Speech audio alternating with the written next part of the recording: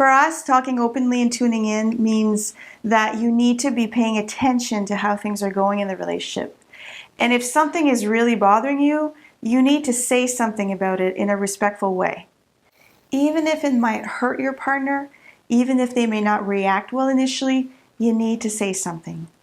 When you know how to work through the repair process we covered in habit number 2, you can be more confident in speaking your truth because you know that you both can work things out in the end. Mm-hmm.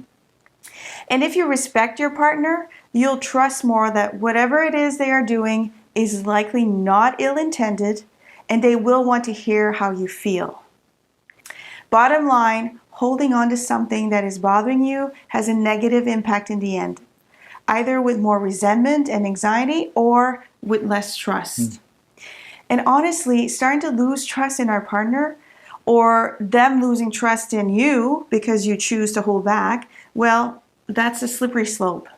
And that can be extremely hard to navigate. That's right. And talking openly and tuning in requires you to pay attention to really what we think are 3 things. What's happening to you, what's happening to your partner, and what's happening between you and your partner.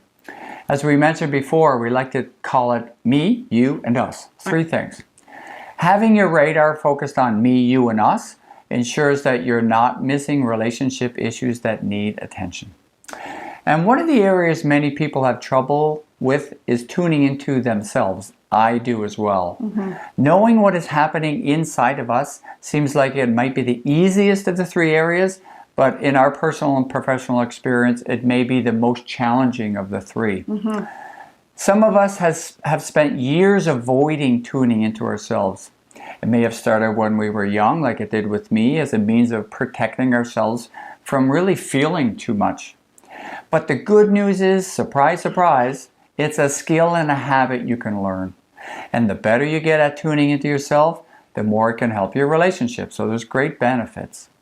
You can start practicing the skill of tuning into your own self by creating some quiet reflection time. In our day and age of constant distraction, the thought of quiet reflection time can actually cause anxiety for many of us.